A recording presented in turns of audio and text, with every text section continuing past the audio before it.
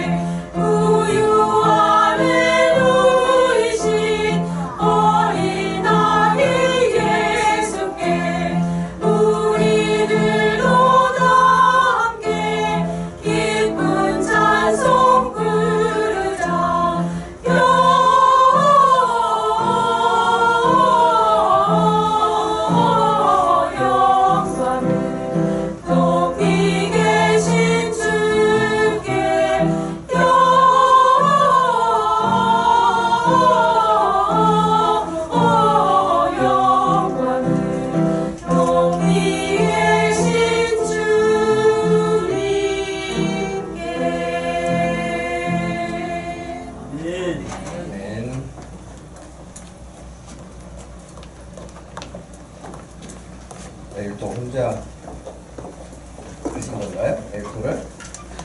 소프라노를 안 끌려가느라고 고생하셨어요. 쉽지 않을 텐데. 오늘 우리에게 주신 하나님 말씀은 빌레몬서 1장 1절에서 25절 말씀입니다. 빌레몬서 1장 1절에서 25절 말씀입니다.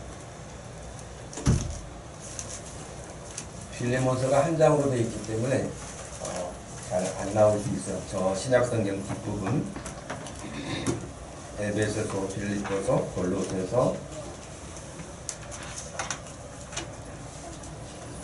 찾으셨으면 한 절씩 저와 교독하도록 하겠습니다. 빌레몬서 1장 1절에서 25절입니다.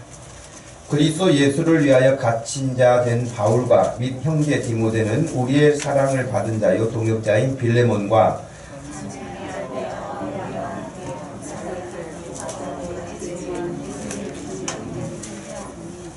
하나님 우리 아버지와 주 예수 그리스도로부터 은혜와 평강이 너희에게 있을지어다. 주 예수와 및 모든 성도에 대한 내 사랑과 믿음이 있음을 들음이니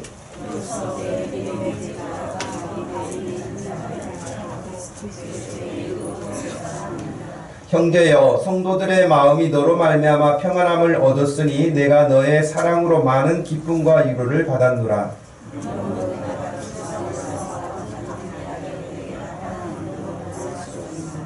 도리어 사랑으로서 강구하노라. 나이가 많은 나 바울은 지금 또 예수 그리스도를 위하여 갇힌 자 되어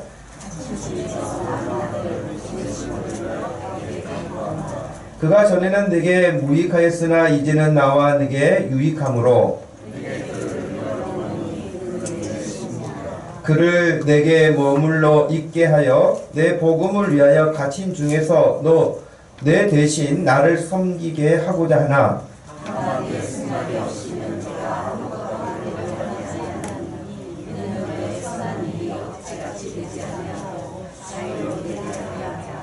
아마 그가 잠시 떠나게 된 것은 너로 하여금 그를 영원히 두게 함이리니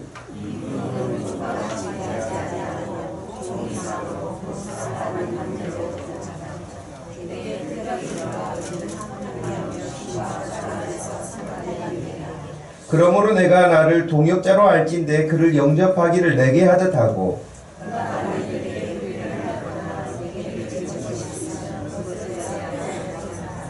나 바울이 친필로 쓰노니 내가 갚으려니와 네가 이 외에 내 자신이 내게 빚진 것을 내가 말하지 아니하노라.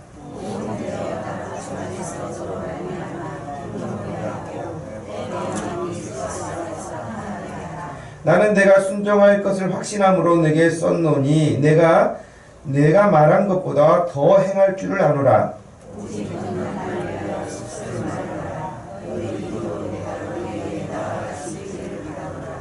그리스도 예수 안에서 나와 함께 갇힌 자 에바브라와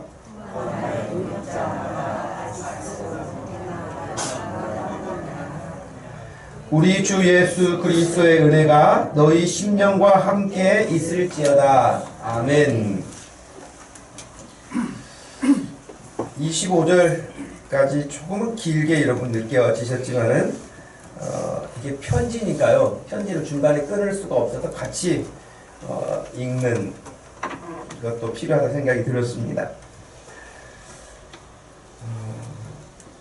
여러분 오늘 성경 66권 가운데 한 권을 읽은 거예요. 이 빌레몬서는 한 장으로 되어 있거든요. 그러니까 성경 잘 못 읽는 분들 많죠. 근데 여러분이 66권 가운데 한 권을 읽으셨으니 많이 읽으실 겁니다.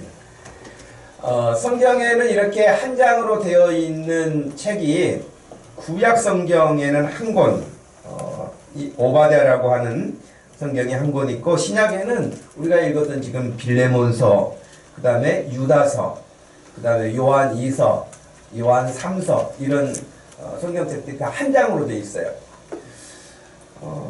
근데 오늘 이제 빌레몬서도 빌레몬서라고 되어 있는 것을 보면 편지 서신이라는 것을 금방 알 수 있죠. 편지 서신으로 알려져 있는데 특별히 이 빌레몬서는 에베소서나 빌립보서나 골로새서를 포함해서 옥중서신이라 그렇게 이야기를 해요. 감옥에서 사도 바울이 갇혀있는 상태에서 보낸 편지들이어서 옥중서신이라 그렇게 말을 합니다. 그리고 이 서신서는 또 특별하게 에베소서나 골로새서나 빌립보서 같이 어떤 한 지역 교회를 향해서 보냈다기보다는 빌레몬이라고 하는 한 사람에게 보낸 개인 서신으로 분류가 되어 있습니다. 물론 빌레몬도 가정에서 교회를 이루고 있었기 때문에 교회라고도 하지만은 그러나 빌레몬 개인을 지명하여서 개인 서신으로 우리에게 알려져 있습니다. 이 지금 빌레몬이 살고 있었던 그 지역은 골로새 지역, 오늘날로 말하면 터키에 해당합니다. 터키에 해당하고 그 당시에 소아시아 지역이라고 했던 지역이었죠. 근데 오늘 이제 편지의 그 주 내용을 보면 바울 서신에서도 늘 볼 수 있는 것이지만 요즘에는 우리가 이제 SNS를 이렇게 많이 사용하다 보니까 안부를 묻는 그런 편지 글을 잘 안 쓰잖아요. 여러분보다 그 나이가 위에 있는 분에게 편지를 써보신 적이 있으신가요? 최근에? 거의 아마 없을 거예요. 그러면 전에 편지를 써봤던 기억을 되살린다면은 항상 안부를 묻는 인사를 먼저 하잖아요. 예를 들면 겨울이거나 가을이거나 봄이거나 그랬을 때 건강에 대한 안부도 묻고 또 집안 사정도 묻고 그러면서 늘 그런 편지 글에 어떤 형식이라고 하는 게 있는데 사도 바울이 쓴 모든 편지에도 그 형식이 있어요. 근데 여러분 지금 편지에서 가장 중요한 건 뭘까요? 인사말일까요? 또 끝에도 가서 인사도 하지요. 날짜가 중요할까요? 하여튼 여러 가지 편지의 구성이 있는데 뭐가 제일 중요할까요? 그것은 아마 편지의 내용에서 편지를 쓴 목적일 거예요.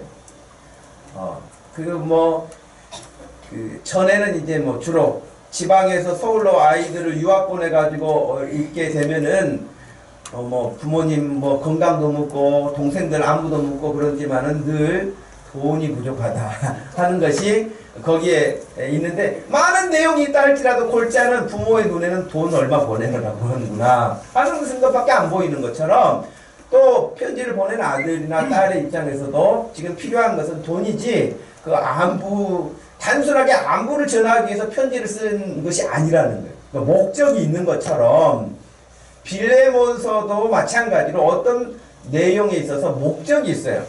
그래서 여기 중요한 빌레몬서의 핵심에 해당하는 것은 편지를 받고 있는 빌레몬도 아니고요. 오네시모라고 하는 사람이에요. 오네시모. 우리에게 그렇게 익숙하지는 않은 이름이죠. 바울이나 베드로나 요한이나 이런 사람처럼 익숙하지는 않지만 오네시모라고 하는 이 한 사람을 위하여서 사실은 바울이 빌레몬에게 보낸 편지라고 할 수 있습니다. 오네시모는 신분이 노예였어요. 노예. 로마 시대인데 지금 이 편지가 쓰여질 때 당시 상황이 로마 시대인데 그 로마 시대에 노예라고 하는 것은 전쟁에서 졌을 경우에 다 잡아가게 되잖아요. 그리고 잡아가게 되면 한마디로 노예로 끌려가는 것이죠. 그래서 끌려가서 아주 허드렛 일, 힘든 일, 이런 일들을 하게 되죠. 우리나라만 하더라도 일본의 강제 징용을 당해서 목숨을 잃어간 사람들도 많고 너무나 많은 고통 가운데 그들의 삶을 우리가 보는 영화나 책이나 여러 가지 자료를 통해서 확인하는 바와 같은 것이죠. 노예가 된다는 것은 인권이라는 것은 없는 것이죠. 그러니 노예가 있던 그 시대에 이 오네시모라고 하는 사람이 노예 신분이었으니 아마 그가 전쟁에서 포로로 잡혀왔든지 아니면 또 다른 방식으로 노예가 되는데 그것은 파는 거예요. 그냥 전쟁이 아닌 상황에서도 돈을 위해서 팔아요. 그럼 누군가가 그냥 돈을 주고 사가는, 마치 시골에 가면 우시장이 있어서 소를 사고 팔고 하는 것처럼 거기 가서 아주 건강하게 생겼구나 그러면서 사가지고 와서 길들이고 농사 짓는 일에 쓰는 것처럼, 힘을 내서 쓰는 것처럼 노예가 있던 그 시대는 그랬던 것이죠. 그러나 정확하게 오네시모가 전쟁 포로에서 노예가 됐는지 아니면 가정이 어려워서 팔려온 노예인지는 알 수가 없어요. 그것까지는 알 수는 없지만 분명한 것은 그가 노예였다는 것은 밝혀져 있습니다. 그래서 신학자들이 이 오네시모가 어떻게 해서 감옥에서 사도 바울을 만났을까라고 하는 그런 추측을 하게 됩니다. 그래서 주로 이제 우리가 오늘 읽었던 18절 말씀을 근거를 가지고 추측을 하는데요. 18절 말씀에 그가 만일 네게 그러게 빌레몬이죠. 네게 불의를 하였거나 너에게 빚진 것이 있으면 그것을 내 앞으로 계산해라. 지금 바울이 빌레몬에게 편지를 보내면서 쓴 것이니까요. 오네시모가 빌레몬 집의 노예였는데 혹시 너에게 무슨 해악을 끼쳤거나 손해를 끼쳐서 무슨 일이 있다면 그거 다 나에게 돌려라. 내가 갚아주마. 이렇게 이야기한 거예요. 그래서 이 구절을 근거로 해서 오네시모가 빌레몬의 집에서 뭔가를 훔쳐가지고 도망갔을 것이다. 도둑질을 해서 이렇게 도망가서 잡혀가지고 감옥에 가 있을 것이다. 이렇게 지금 생각하는 사람들이 있거든요. 그게 지금 신약 학자들의 일반적인 견해고요. 또 한 부류가 있는데 그 사람들은 어떻게 생각하냐면 아니다. 그 당시 노예가 있던 로마 시대에 노예들이 간혹 감옥에 있는 사람이 힘들지 않도록 감옥에 같이 들어가 있도록 하는 노예도 있었어요. 그러니까 거기 가서 수종 드는 거죠. 힘든 부분들을 뒤처리해주고 지금과 같은 이런 감옥이 아니잖아요. 그 옛날에. 그러니 그렇게 힘들고 어렵고 나이가 있고 이런 분들을 돕기 위해서 오네시모도 빌레몬이 그렇게 보냈을 것이다. 그렇게 보는 사람도 있는데 이건 조금 어색한 것 같아요. 이 18절 말씀에 근거해서 본다면.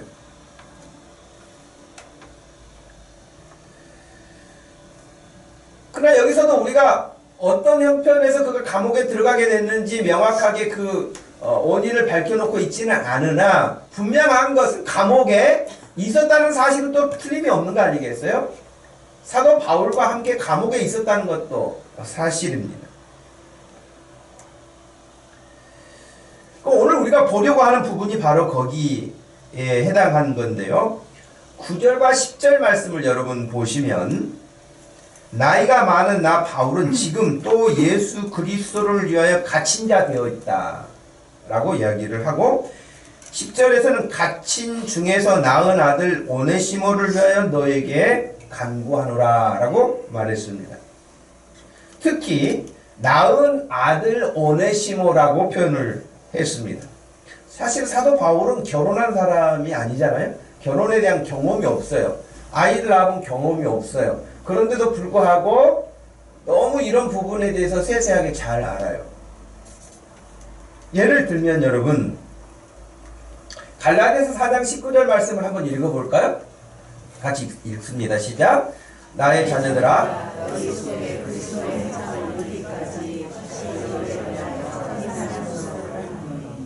예, 해산하는 수고를 하노니 라고 하는 아이를 낳는 수고를 한다 이 말이죠. 출산하는 수고를 한다는 거예요. 갈라디아 교회 성도들이 하나님의 말씀으로 예수 믿게 되었고 그렇게 해서 교회가 형성이 되었는데 바울이 없는 사이에 이 사람들이 그냥 또 마음이 믿음이 약해서 바르지 않는 것들을 받아들여 가지고 예수님의 복음을 희석시켜 버린 거예요.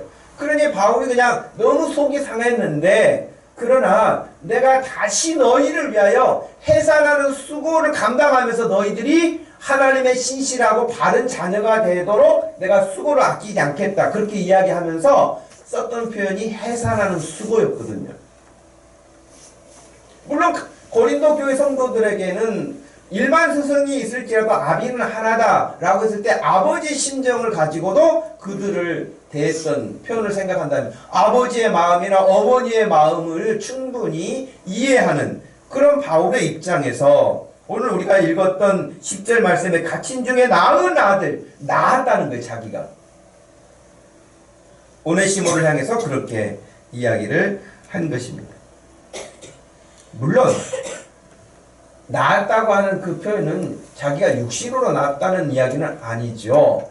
그가 감옥에서 하나님의 복음을 오네시모에게 전했고 그가 예수 그리스도를 영접하고 하나님의 백성이 되었다는 그 말을 지금 표현한 것이잖아요. 그래서 하나님의 자녀가 되었다.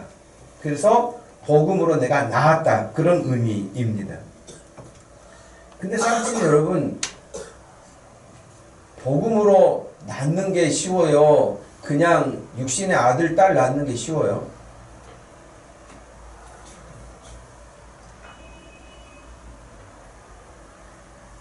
육신의 아들, 딸은 10달 버티면 그냥 나는 것 같은데, 이 영적으로 누구 전도해가지고 양육해서 그리스도인 만드는 것은 더 어려운 것 같아요.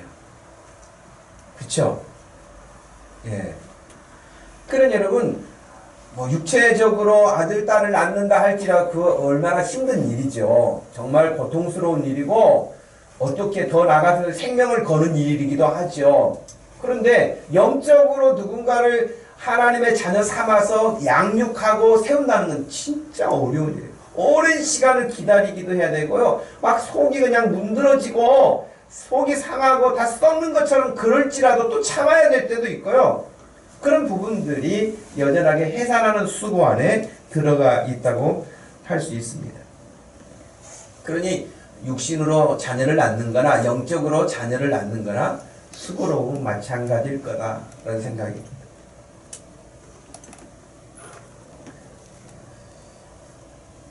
우리 성도들 가운데 나는 결혼을 아직 안 했으니까 나는 해산할 게 없다 뭐 그러거나 이제 나는 이제 나이가 많아서 더 이상 나의 자녀들을 낳을 수 있는 입장이 아니다 뭐 그럴 사람 아무도 없고 우리 다 영적으로 출산할 수 있기를 잉태할 수 있기를 축복합니다. 대한민국이 지금 저출산으로 고통당하는데 한국 교회도 저출산으로 고통스러운 거 마찬가지인 것 같아요. 태신자를 가집시다. 왜 아멘 안 해요? 낳을 자신이 없으니까 아예 갖고 싶지도 않으세요? 여러분 태신자를 잉태하시기를 바라요.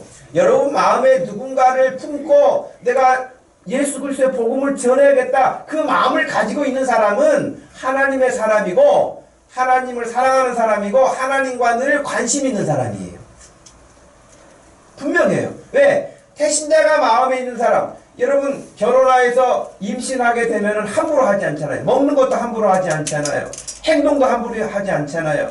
그것처럼 영적으로 누군가를 품고 있으면 그 사람을 전도하기 위해서 얼마나 기도합니까? 얼마나 또 여러 가지로 고민하고 그를 위해서 마음을 씁니까? 그렇기 때문에 우리가 그런 걸 생각한다면 태신자가 금방 어떤 결과를 내든 내지 못하든 간에 우리 마음속에는 태신자가 있어야 될 줄로 믿습니다. 가능하면 쌍둥이를 뵀으면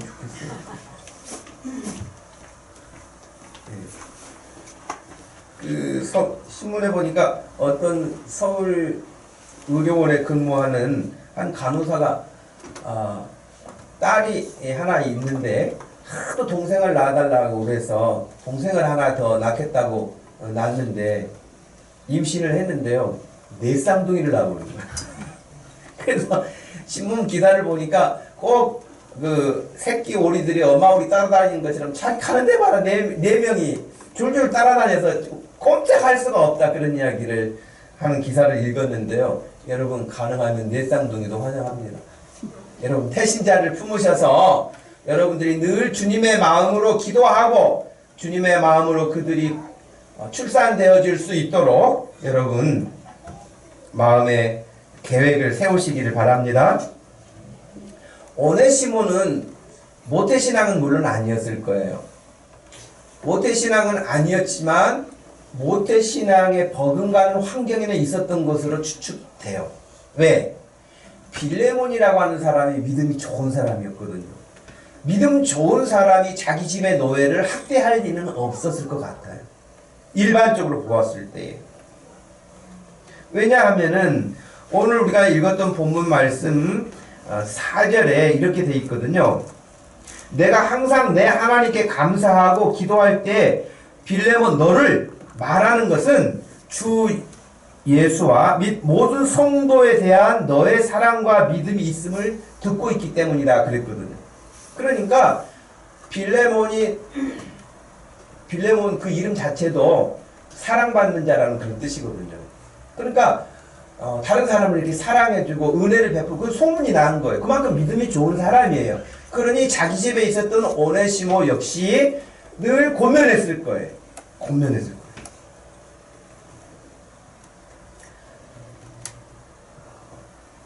빌레몬서는 아까 말씀드린 것처럼 개인적인 서신인과 동시에 그 집에 교회가 형성되어 있었기 때문에 교회라고도 보는데요. 1절부터 2절 말씀에 보면 그리스도 예수를 위해 갇힌 자 된 바울과 및 형제 디모데는 우리의 사랑을 받는 자의 동역자인 빌레몬과 자매 아비아와 우리와 함께 병사된 아키포와 내 집에 있는 교회에 편지하노니 그렇게 돼 있잖아요. 그러니 이 빌레몬 집에 오네시모도 있었던 사람이 있고 노예였기 때문에 당연하게 자연스럽게 주인의 영향을 받아서 예수 그리스도의 복음을 들었을 것이고 또 얼마든지 복음으로 그가 권면함을 받았을 것이에요. 노예였지만 빌레몬이 그렇게 함부로 대하지 않고 존중해졌을 거라고 하는 상상은 충분해 보입니다. 그런데 오네시모가 그런 빌레몬의 말을 따르지 않았던 것 같아요. 주인은 좋은 주인이에요. 좋은 주인이었지만 오네시모가 그때에 예수님을 믿었지 않았어요. 주인은 예수 잘 믿고 예수 잘 믿을 수 있도록 시간도 배려해주고 권면도 해주고 여러가지 사랑도 베풀어주고 다 혜택을 주었는데도 불구하고 말을 듣지는 않았던 오네시모로 보여집니다. 왜냐하면 11절 말씀에 그 전에는 오네시모가 너에게 무익하였으나 이렇게 돼 있어요. 무익했다는 거예요. 쓸모없다는 거. 무익하다는 말은 쓸모없다는 말 아니겠어요? 그러니 어떤 면에서는 오네시모라고 하는 이 노예는 빌레몬에게 있어서 좀 성가신, 좀 힘든 상대의 그런 노예였을 거예요. 우리는 다 예수 그리스도의 종된 자들 아니겠습니까? 종이요, 다른 말로 말하면 노예요. 그렇게 말하는데 어떤 목사님은 그래서 명함에 예수 그리스도의 노예 아무개 이렇게 써갖고 다니는 사람도 있어요. 근데 저나 여러분들은 다 예수 그리스도의 종된 사람들이잖아요. 노예된 사람들 있죠. 근데 여러분 그 무익한 노예가 되지 않기를 소원합니다. 다 유익한 노예가 돼야지. 우리 집에 이번에 일꾼이 한 명이 들어왔는데 얼마나 그 일을 그냥 신경 쓸 것 없이 알아서 잘하는지 걔만 있으면 마음이 든든해. 뭐 이럴 수도 있는 노예지. 하나 들어오기는 들어왔는데 그건 참 골치야 바로 내보낼 수도 없고 이러면 안 되잖아요. 여러분 직장생활도 마찬가지고 가정에서도 마찬가지고 우리 집에 너 같은 딸이 있어서 내가 얼마나 좋은지 모르겠다. 너 같은 아들이 있어서 내가 얼마나 내가 일할 맛이 난다. 살 맛이 난다. 그래야 되지 않겠어요? 어쩌다가 내가 너를 낳았는지 나도 모르겠다. 뭐 그런다든지 뭐 옛날 어른들 너 낳아놓고 내가 미역국 먹은 내가 잘못이다 뭐 이런 사람들도 있고 얼마나 속이 상하면 그런 말을 하겠어요. 그런 자녀들 한 명도 없기를 축복합니다. 너 같은 자녀를 하나님이 보내주신 것에 대해서 너무 감사하다. 그럴 수 있는 우리 강지연이도 그런 딸이 되기를 바래요. 엄마 아빠가 보면서 고개는 끄덕이는데 진짜 그럴지는 모르겠어요. 지은이 같은 귀하고 예쁘고 말 잘 듣고 하나님 잘 섬기는 딸을 보내주셔서 너무 감사합니다. 그럴 수 있는 사람이 돼야 되겠죠. 우리 모두가. 그러나 분명하게 그는 무익했다고 표현하고 있습니다.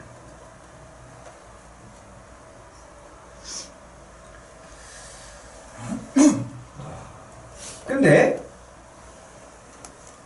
결과적으로 어떻게 됐습니까? 11절에 보니까 그가 전에는 너에게 무익하였으나 이제는 지금 바울 나에게와 빌레몬 너에게도 유익하다. 그 전에 무익하던 11절에 무익하던 그 사람이 후반부에서는 유익한 사람으로 바뀌었어요. 그래서 너에게 그를 돌려보내노니 그는 내 신복이라.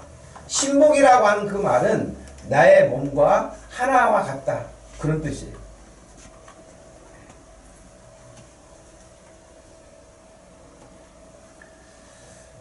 오네시모라고 하는 이름의 자체가 무슨 뜻이냐면 유익하다는 뜻이에요. 원래 이 오네시모의 부모가 이름을 지어줄 때에 너는 어디를 가든지 유익한 사람이 돼야 돼. 그러면서 오네시모라고 지어준 거예요. 그런데 이 녀석이 말을 안 들어가지고 무익한 사람이 되어버린 거예요. 예. 그러다가 결과적으로 이제 다시 유익한 사람으로 그 이름값을 하게 된 것이죠. 어떻게 해서 유익한 사람으로 바뀌었을까요? 그것은 바울을 만났고 바울을 통해서 예수님을 만났기 때문인 거예요. 여러분, 저와 여러분의 인생이 어떻게 하면 무익하고 어떻게 하면 유익하게 된 줄 아세요? 예수 만나면 유익하게 되고요, 예수 없이 사는 인생은 무익하게 됩니다. 맞습니까? 네. 예수 없이 대단하게 성공한 것 같은데요, 그냥 그것으로 끝나는 거예요. 아무것도 남지 않아요. 사람들은 혹시 칭송할지 모르지만 이 땅에서 칭송해본들 어떡하겠어? 이미 떠나고 없는데요. 떠난 이후에 그의 영혼은 어떻게 될 것인가? 예수 그리스도 없이 산 그 인생의 무익함은 말로 다 할 수 없어요. 성경의 표현을 그대로 빌려온다면 슬피 울며 이를 가는 그런 고통 가운데 있게 됩니다. 무서운 일이죠.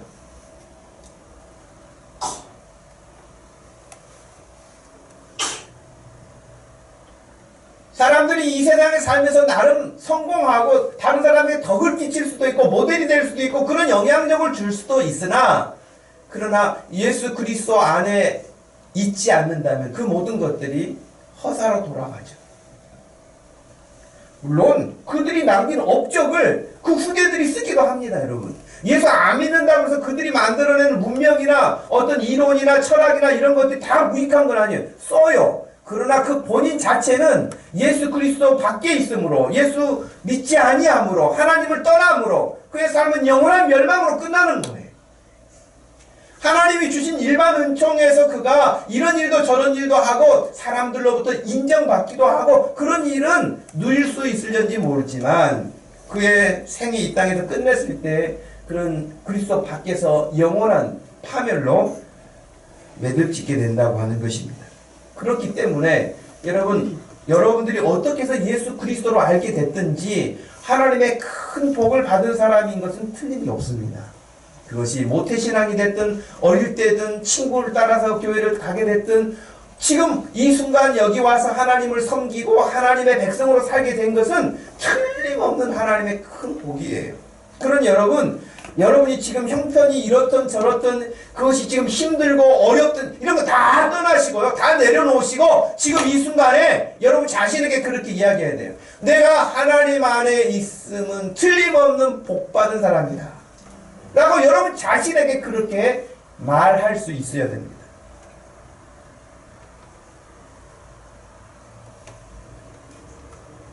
오네시모가 이렇게 무익했던 사람이 유익한 사람이 된 것은 바울과 같은 사람을 만났기 때문 아니겠어요? 그 사람이 누구를 만나느냐 굉장히 중요해요. 어떤 사람은 누구를 만나가지고 자기 인생에서 굉장히 유익을 얻는 사람이 있는가 하면, 어떤 사람은 차라리 그때 그 애를 안 만났어야 되는데 하는 그런 사람도 많아요.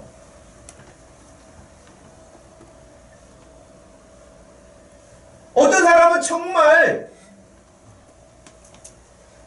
좋은 친구를 만나서 좋은 스승을 만나서 그의 인생이 완전히 터닝 포인트를 갖는 경우도 있어요. 근데 어떤 사람은 사람 잘못 만나가지고 맨날 시간 쓰고 보내고 지내는 것이 그 인생을 무너지게 하는 그런 사람도 많아요.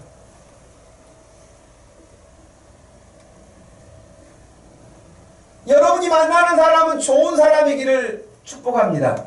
그리고 여러분 자신이 좋은 사람이 되기를 소원합니다. 여러분, 그래서 바울이 오네시모에게 좋은 영향력을 준 것처럼 여러분도 그렇게 다른 사람에게 하나님의 선한 영향력을 끼칠 수 있는 사람, 그런 인생 되기를 축복합니다. 동시에 여러분도 또 여러분보다 더 좋은 믿음의 사람, 인격적으로 더 훌륭한 사람, 이런 사람들을 늘 여러분 곁에 만남의 기회를 가지면서 여러분이 도전받고 여러분이 더 성숙해지고 여러분들이 더 예수님 잘 닮아갈 수 있는 그런 인생이 된다면 얼마나 귀하겠어요. 하루 종일 만나서 먹고 마시고 이야기하고 지내는데 집에 돌아올 때 보면 아무것도 건질 것이 없는 무익한 그런 인생이 되지 않고, 한 시간을 만나서 차 한 잔을 했을 뿐인데도 뭔가 여운이 많이 남고 또 다음에 또 만나서 교제하고 싶은 그런 인생의 유익한, 바울은 오네시모에게 그런 사람이었습니다. 왜? 바울에게는 예수 그리스도가 계셨기 때문에 그렇습니다.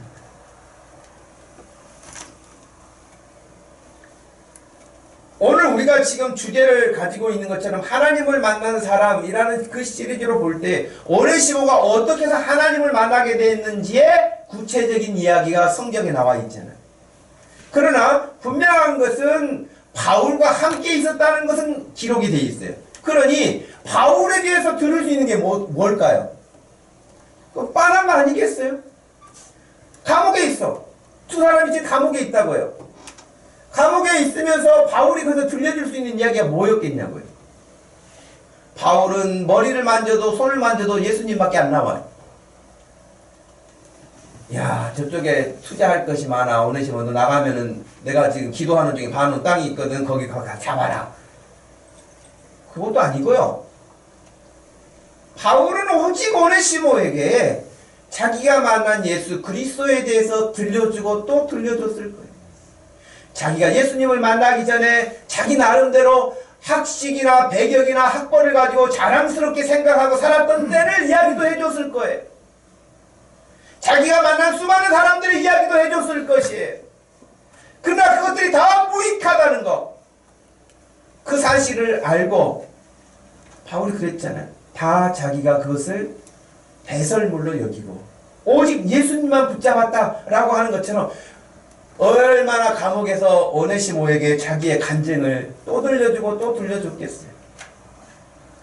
그랬을 때에 오네시모는 지금 제가 생각해 보니까 그래요. 바울이 말해주는 이 예수나 자기의 주인이었던 빌레몬이 늘 자기에게 해줬고 자기에게 노예인 자기 자신에게 함부로 대하지 않고 그렇게 인격적으로 존중해주고 해줬던 이 모든 것들이 딱 맞아 떨어졌을 거예요.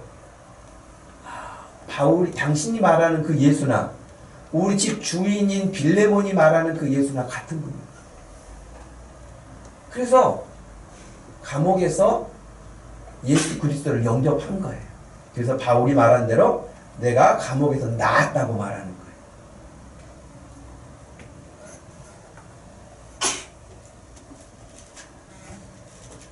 당시 로마에는 일반 평범한 시민의 4배에 해당하는 노예들이 있었다고 그래요. 그래서 노예 숫자가 6천만 명이었어요. 어마어마하죠. 여러분 노예 그러니까 좀 실감이 안 나잖아요. 여러분 뭐 80년 초반에 미국의 그 드라마 혹은 또 영화로 나와있던 뿔이라고 하는 작품을 여러분 읽어보시기도 하고 보기도 하셨을 거예요. 그때 흑인들이 당하는 그 고통과 수모는 말로 다 할 수 없죠. 또 영국에서 노예 상선에 실려서 팔려가는 그런 사람들 보면 뭐 말로 다 할 수 없는 거 아니겠습니까? 노예라는 거. 그러나 그 우리가 영화로 봤을 뿐이지 내가 그런 일을 당하지 않으니까 실감이 안 나잖아요. 물론 요즘에 갑질이라 그래가지고 정말 상상할 수 없는 일을 하는 그런 거의 사이코에 해당하는 사람들이죠. 그런 사람들은. 그런 사람들도 있지만 노예라고 하는 것이 얼마나 힘든 것인지를 잘 모른다고요. 미국의 노예 해방이 1865년에 있었으니까요. 그 전까지 그들이 당한 그 일들은 엄청났을 것이고요. 우리나라도 여러분 지금 신분 제도가 막 만들려고 하잖아요. 자기네들이 좀 좋은 위치에 있고 뭐 이렇게 배경을 가지고 있고 그러면은 늘 그렇게 만들잖아요. 자기들의 어떤 바운드를 만들어요. 그래서 지금 대한민국에서는 어디 살아야 그래도 좀 그래도 산다고 말합니까? 요즘에 어디 사냐고 물어보잖아요. 어디 사냐고. 왜 그렇게 됐을까요? 서울도 같은 서울이 아니라는 의미예요.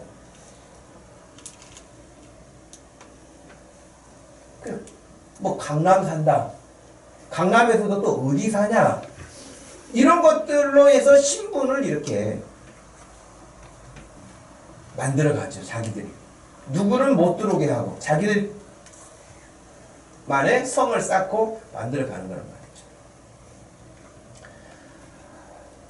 근데 우리나라도 여러분 거의 100년 좀 넘지 않았습니까? 이 신분이 구체적으로 신분 제도가 없어진 것이. 조선시대에 양반과 상놈이라고 하는 엄격한 신분이 돼 있어서 아무리 머리가 똑똑하고 뛰어나도 양반이 아니면 관료가 될 수가 없었어요. 아무리 똑똑하고 능력이 있어도 할 수가 없어요. 참 또 희한한 것은 뭐냐면 여러분 양반이라는 그 사람들이 첩을 둬요. 본부인이 있는데 또 다른 여자를 데리고 와서 또 살아요. 그리고 자녀를 낳았는데 본부인에서 나지 않는 자녀들은 아버지를 아버지라고 부를 수가 없어요. 대감마님 그렇게 불러야 돼요. 아버지를. 왜? 본처에서 나지 않았기 때문에. 이게 엄연한 사실이거든요. 그 여러분 우리가 그렇게 표현하잖아요. 적자, 서자 뭐 이런 표현하잖아요. 적자는 본부인에서 태어난 아들을 말해요.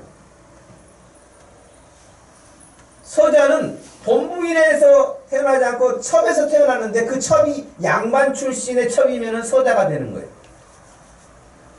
근데 서얼은 첩은 첩인데 사대부 자손이 아닌 거예요. 천민 출신이에요. 양반 주제에 또 뭔 천민하고 또 사귀어가지고 그래? 바람 피고? 그러니까 할 짓은 다 해놓으면서 신분으로는 또 그게 다 나누는 거예요. 그러니 그런 사람들은 대접을 받고 살지 못했어요.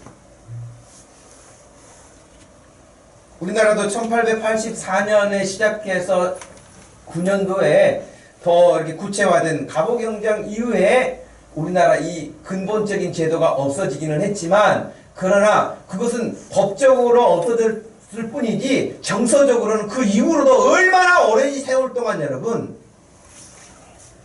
주인과 노예의 머슴 우리나라 70년대만 하더라도 식모라고 하는 그런 이름은 거의 노예와 같은 그런 수준의 삶이었지 인격적인 삶을 대우받지 못했어요.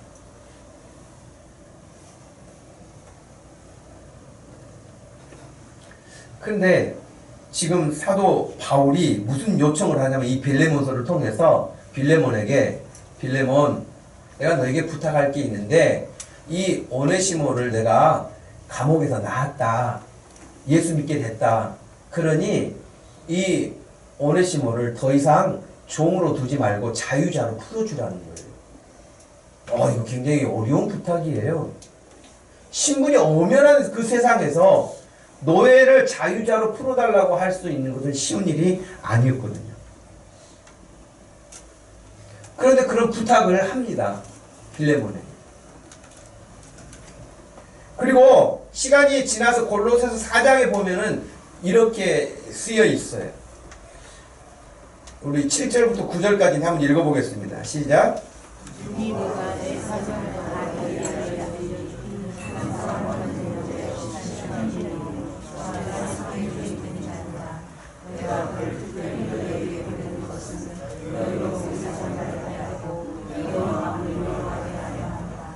신실하고 사랑받는 형제 오네시모를 함께 보내노니 할렐루야. 이 말씀을 보니까 빌레몬이 자유자로 풀어줬던 것 같아요.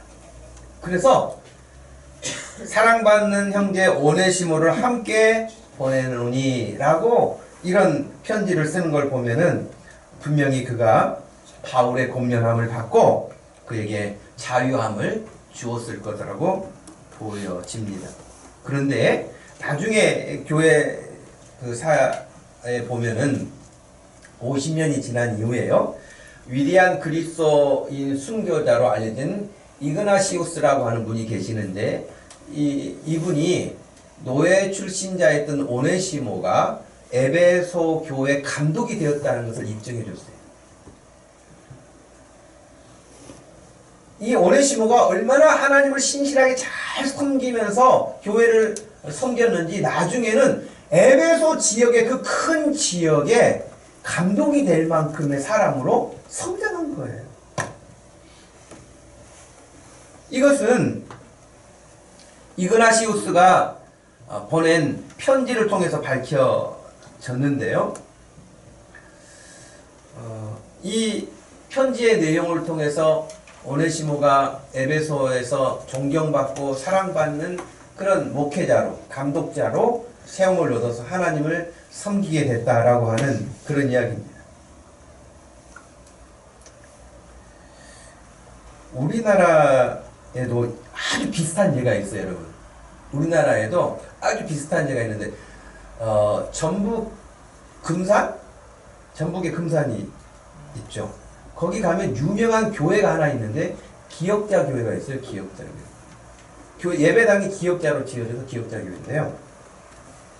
2006년도 그 교갱 뉴스라고 하는 신문에 실린 기사를 제가 그대로 읽어드리면 그렇습니다. 조독삼 이자익이라는 이름을 제가 여러분에게 한번 소개한 적이 있어요. 한 사람은 지주고 한 사람은 마부, 머슴이었어요. 조독삼은 그 당시 그 지역에 아주 넓은 땅을 가진 지주였어요. 근데 이자익은 경상도 출신인데 부모가 일찍 돌아가시게 되면서 그래도 김제 평야에 그쪽 호남 평야, 김제 평야 여기에 가면은 먹고 살 수는 있다. 굶어 죽지는 않는다. 그 이야기를 듣고 아무도 없는 김제 쪽으로 올라오는 거예요. 그래서 금산에 도착하게 됐는데요. 거기서 우연하게 이 조독삼이라고 하는 지주를 만나게 돼서 그 집에 마부로 들어와서 살게 돼요. 머슴이죠, 한마디로. 그런데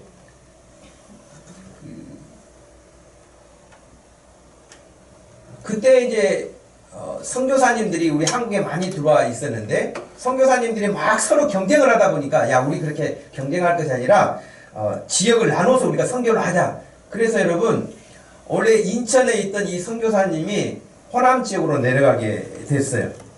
데이트라고 하는 선교사님이셨는데 여러분 이 인천 지역에 감리교가 많은 것은 감리교 선교사님들이 이 경기 지역을 전도하기로 하고 호남 지역이 장로교회가 많은 이유는 장로교 선교사님들이 그쪽에 내려가서 지역을 분할해 가지고 복음화를 했던 거예요. 그래서 하여튼 이 데이트 선교사님도 거기 이를 오시게 됐는데 우연히 조독삼을 만난 거예요. 조독삼을 만나서 조독삼이 부자였고 집도 넓고 뭐 사랑채도 있고 그러니까 이 외국인 선교사님 잘 몰랐지만 그냥 인품이 좋았는가 봐요. 그래서 자기 집에 사랑채에 들어와서 살 수 있도록 허락을 해줘요. 그러면서 이제 이야기를 이렇게 하는 동안에 뭔가 들으니까 늘 이렇게 새로운 것을 들을 이야기가 있어서 늘 주일마다 교회 가서 듣기 시작한 거예요. 그래서 예수 믿게 된 거예요. 이 조독삼이라는 사람이. 그래서 먼저 예수 믿게 되고요. 자기 집에 머슴으로 와 있던 이자익도 같이 교회 데리고 다녔어요. 머슴이었지만. 근데 놀라운 일이 뭐냐면 시간이 한참 지난 다음에 그 교회 장로를 이렇게 뽑게 됐어요. 그 장로 투표를 했는데 모든 사람들이 다 지주였던 조독삼이 장로가 될 줄 알았는데 이자익이가 장로로 뽑혀버린 거예요. 머슴이. 그런 일도 있을까요? 돈도 많았겠다. 돈도 많았고 인품도 좋으니까 베풀기도 많이 했지 않았겠어요? 제가 그 부교육자로 있을 때요. 장로 투표 앞두고 그 어떤 제과점 하는 집사님이 계셨는데 그 집사님이 큰 빵을 갖다 날렸어요. 그 투표를 염두에 두었던 걸로 저는 생각이 돼요. 제가 교육전도사 때 했지만은 하여튼 물론 장로가 됐어요. 예를 들면 먹은 사람은 다 자기 편이 되잖아요. 그러니 어떻게 보면 조덕삼 이 사람에게 영향을 받고 뭔가를 하나라도 이렇게 혜택을 받은 사람이 많지 않겠어요. 그런데 놀랍게도 이자익 씨가 장로로 먼저 선출이 된 거예요. 우리 같으면 시험 들어서 안 나오는 현대인들 같으면 뭔 이런 데가 다 있어 그러면서 내가 머슴만도 못해 막 그러면서 혈기 내면서 교회 안 나왔을지도 몰라요. 근데 조덕삼은 원체 그런 사람이 아니었어요. 아무 일이 없다는 듯이 이자익이가 먼저 장로가 되고 자기가 나중에도 장로가 됐어요. 선교사님이 그 교회를 비워야 하는 어떤 순간이 오면은 장로였던 이자익 머슴이 설교를 하고 지주였던 조덕삼 사람은 이 집사로 있으면서 말씀을 듣는 그런 입장이 된 거예요. 근데 선교사님이 이 이자익의 재능이 있는 것을 알아보고 신학교를 보내요. 그 평양신학교, 그 당시 평양신학교에 보내서 5년간 공부를 해서 목사가 돼요. 근데 자기 그 교회에 가장 먼저 담임 목사로 초빙한 사람이 누구냐면 조덕삼이에요. 이자익을 자기 교회에, 자기가 섬기는 교회에 담임 목사로 청빙을 해요. 여러분 너무 놀랍죠?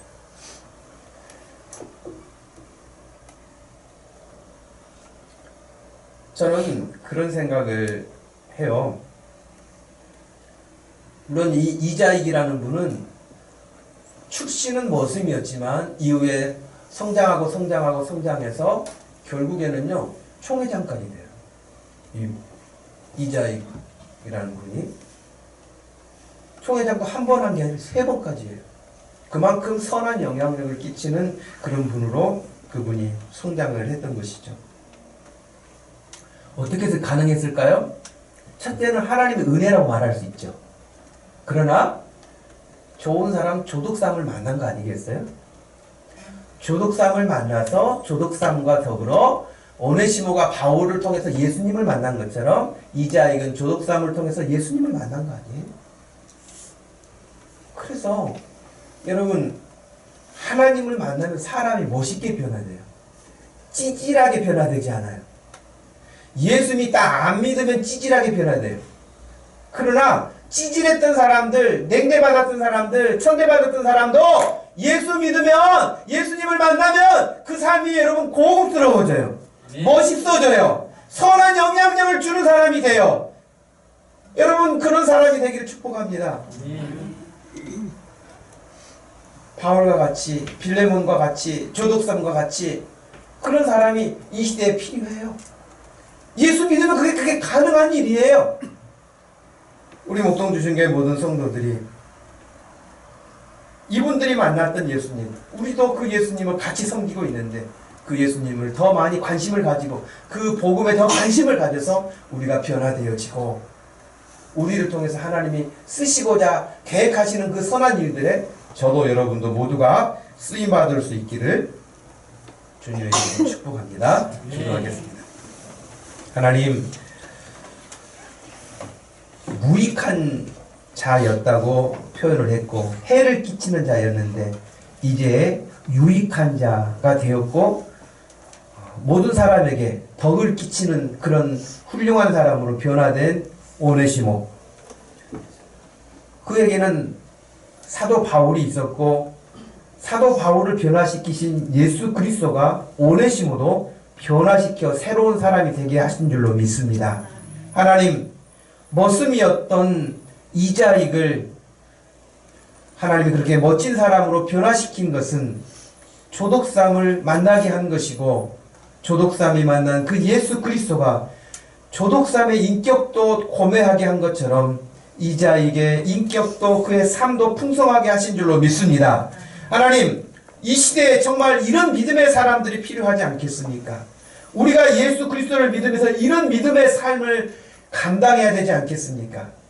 우리 사람의 혈기나 사람의 생각이나 사람의 계산으로는 이런 삶을 살기가 어렵사오니 주의 성령께서 이 시간에도 예배하는 이들의 마음속에 성령으로 충만하게 임하셔서 우리의 삶을 새롭게 해주시고 변화시켜 주셔서 주의 뜻대로 우리들이 쓰임받게 하여 주시옵소서. 감사하신 예수님의 이름으로 기도합니다. 아멘. 다 같이 자리에 일어나셔서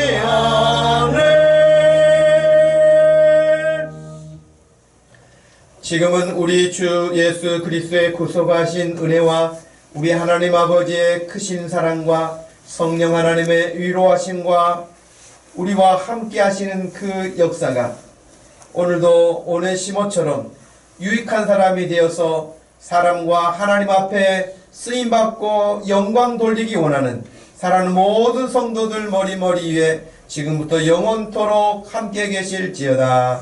아멘.